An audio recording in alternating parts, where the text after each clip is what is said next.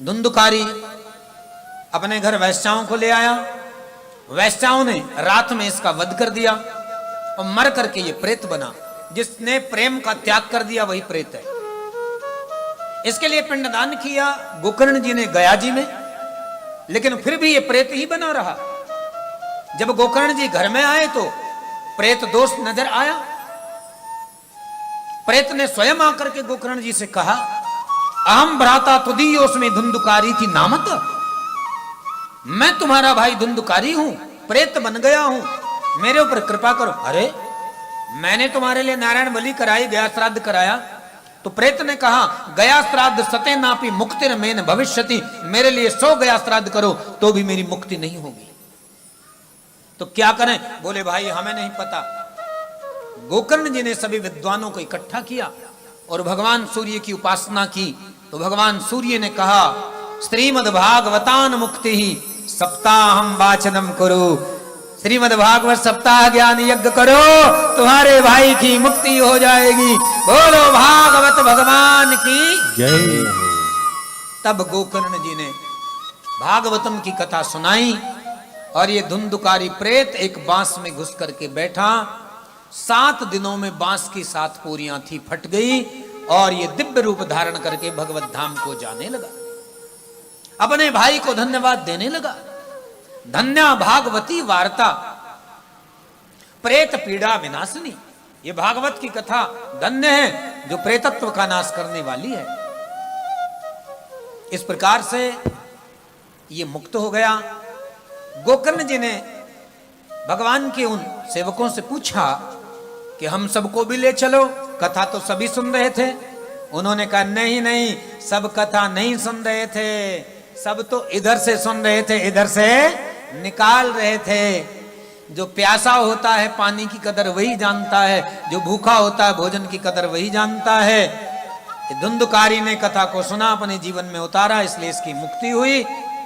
जब तुम सच्चे मन से प्यासे होकर के सुनोगे तो निश्चित कल्याण होगा। पुनः कथा की गई गोकर्ण जी के द्वारा। अब उस गांव का कुत्ता भी मुक्त हो गया। स्वयं भगवान लेने के लिए आए और गोकर्ण जी को अपने धाम ले गए। बोलो श्रीमद् भागवत महापुराण की जय। इस प्रकार गोविंद ने मुक्त किया। ये कथा अपनी ही है, किसी और की नहीं। ये संसार तुंगभद्र नदी है, माने मंगल करने वाली। इसके किनारे अनुपम नगर ये शरीर है। आत्मदेव ये जीवात्मा है। धुंधुकारी विषय वासनाओं में गया मन है। विवेक ही गोकर्ण है और आत्म तत्व की प्राप्ति हो जाना ही मुक्ति है। शब्द स्पर्श रस रूप गंध ही 5 वैश्याएं हैं।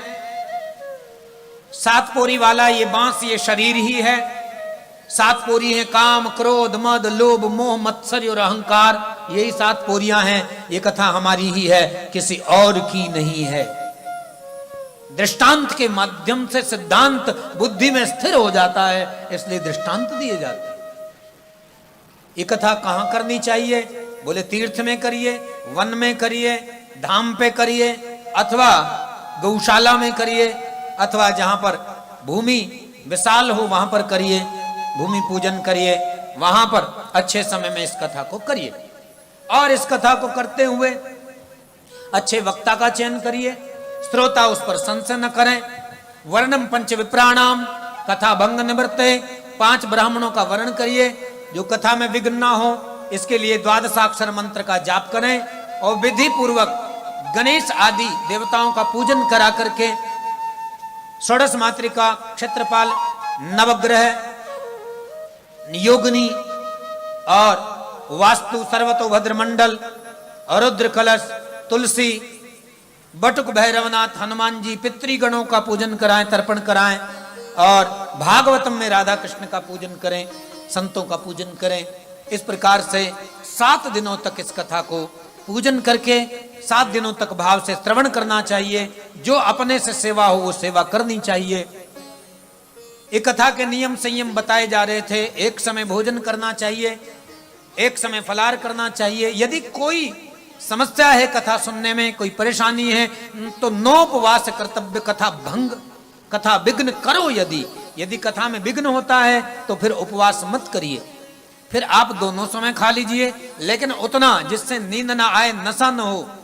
सात्विक ढंग से खाइए, भूमि पर शयन करिए, ब्रह्मचर्य का पालन करिए, क्रोध का परित्याग करिए और मीठी वाणी बोलिए। अधिक से अधिक ओम नमो भगवते वासुदेवाय मंत्र का जाप करिए, अधिक से अधिक दान करिए, सेवा करिए और कथा शुरू होने से पहले ही आइए और कथा की आरती के पश्चात प्रसाद लेकर के प्रेम से जाइए। व्यवस्था बनवाइए।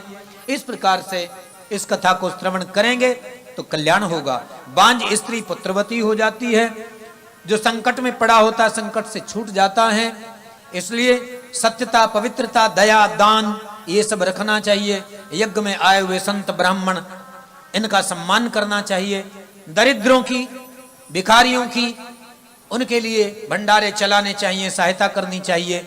अपने वित्त के अनुसार विवाहे यादृशम वित्तम तादृशम वित्तमेव स तादृशम चित्तमेव च। जैसे विवाह में धन लगाते हैं, सब अपने अपने धन से उत्सव मनाते हैं, ऐसे ही धन को, मन को लगा करके कार्य करना चाहिए। सुखदेव जी महाराज उपस्थित हो गए, सब ऋषि मुनि खड़े हो गए, सुखदेव जी को आसन दिया और सुखदेव जी कथा सुनाने लगे। भक्ति ज्ञान वैराग्य नाचने लगे और उसी समय भगवान प्रकट हो गए। भगवान उस दिव्य सभा में दिव्य सिंहासन पर विराजमान हुए। सब जय जयकार करके भगवान को प्रणाम करने लगे।